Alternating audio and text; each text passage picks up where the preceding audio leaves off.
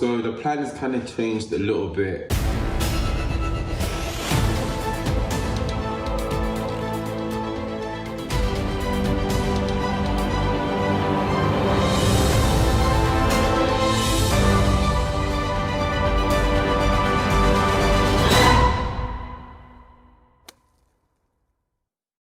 The massive change is that before, what my plans was that I was going to extend this area out and go out like 4 meters. I already got planning permission for it already, and basically put where the kitchen is now into that new area. Have a lovely big dining area, utility room, and also a downstairs toilet.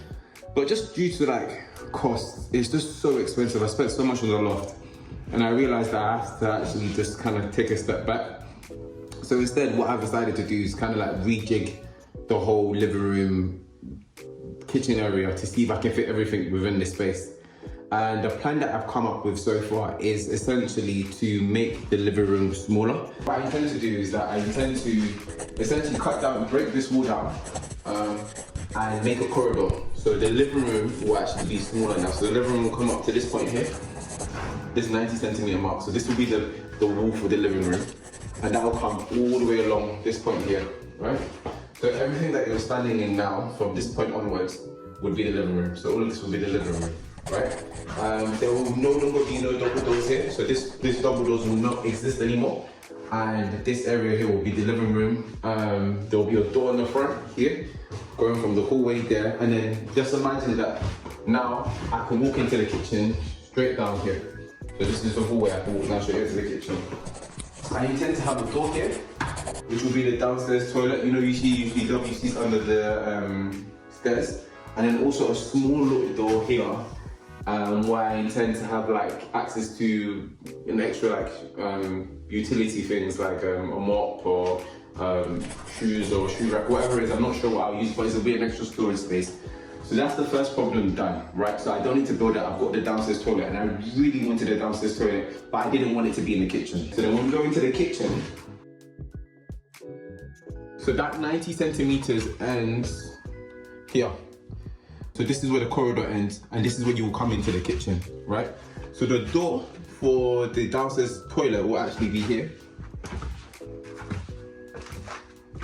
This is where the door for the downstairs toilet will be, right here. I've measured it out, it fits. The height is perfect. And also, I was gonna raise the floor, but I think the step down allows for that height to not feel too tight and claustrophobic. I'll have a toilet come down here, so maybe like a back to the wall toilet, so one that can have a cistern that's inbuilt into the wall, tap for basin here, and then that's everything complete, and then that's my downstairs toilet. Bearing in mind that the wall for the kitchen will go all the way across here, so then it will no longer be in the kitchen. It will just literally be a wall across here, and that's that area done. That's the new revamp that I'm gonna do. And then this whole area will now be the kitchen. So I was deciding on what design that I wanted to do for the kitchen. This area here will be the new utility area. I'm looking to have kitchen units here, going all the way across here, with an island, a lovely island, bang in the middle here, facing the kitchen units. So like the islands will be here, facing the kitchen units. I'll have a fridge here that will end where these units are here, just before the island. And the biggest change is that I'm looking to incorporate some double doors. We're speaking to the structural engineer to make sure that he's safe, he's happy that there's a beam here or something here to be able to support the rest of the house with. If not, then the beam will have to be put in. But essentially we'll get some nice double doors here, and then that's gonna be the new layout.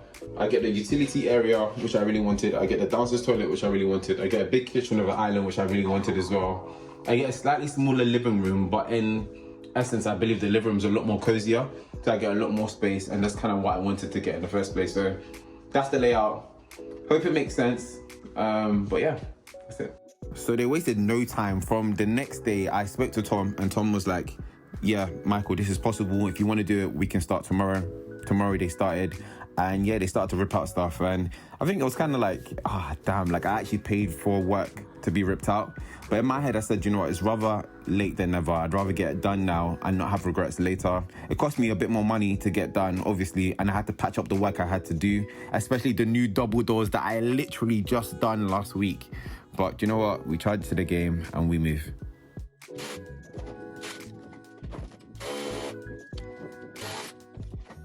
So we also had to prioritize a hallway because there's going to be a new hallway now. So we wanted to make sure that there was enough light getting into there. So Tom was just literally cutting back the bricks to make kind of like a more open plan hallway area. And yeah, this is the back window. So I do not have a back window anymore because part of the plan is that I made the window slightly bigger to accommodate for some of the kitchen units. Reckon you're gonna get on a solid piece? No. Oh, I was about to say, what the? Yeah, nah. I think this bit here is what solidified for me that this is going to be, this is permanent. This is real. When I started to break down the wall, when Tom started to break down the wall rather, and I started to look raw, this is happening. Like, this is the new hallway. This is like, wherever I created in my head, by the way, there was no architect, there was nothing. I created this in my head. There is no going back. The wall has been broken down and yeah, this made things so much more real for me. And I just had 2 gaping holes in my living room. So once the hallway had been bricked down and knocked down, the next stage is to create a hole for the WC. So this is where the downstairs toilet is gonna go. And so this is what Tom is doing here. He's literally grinding up the wall so we can put a door there, and that will be the new downstairs toilet. So most of the joists under the floorboards and even the floorboards themselves have completely rotted. This is because obviously things weren't sealed or insulated properly, which allowed for water to run down, because where I'm putting my kitchen used to be the old bathroom and also the old kitchen as well. So as you can see, there were some leaks there. There was a lot of damp and moisture, and you could see some wood lice burrowing into some pieces of wood. So you already knew that it was just so much moisture in there. So what Tom recommended is that we solidify some of the joists to make sure they hold up, because the joist is the foundation of your house, right? If your joists are rotten, that is a very, very bad sign. And so this is what Tom was doing. He was just ripping up some of the floorboards, supporting the joists, so we can put the new flooring for the new kitchen to come in. But guys, tune into next week, because that's when you kind of see everything come into fruition. This was just the start of what they're doing and how they've kind of knocked down the walls and kind of prepping everything to build the new walls up. And I'll have the proper new layout, a new look of my new ground floor. That's the living room, the WC, and the kitchen area as well. So yeah, guys, I hope you enjoyed this one. I know it's another change and I know it's a lot more money wasted, but in theory, I'd rather get it this way and get it right the first time. And I've saved tens of thousands of pounds. Thanks again for watching another video, guys. Appreciate the support. Catch you next week in a bit. Peace.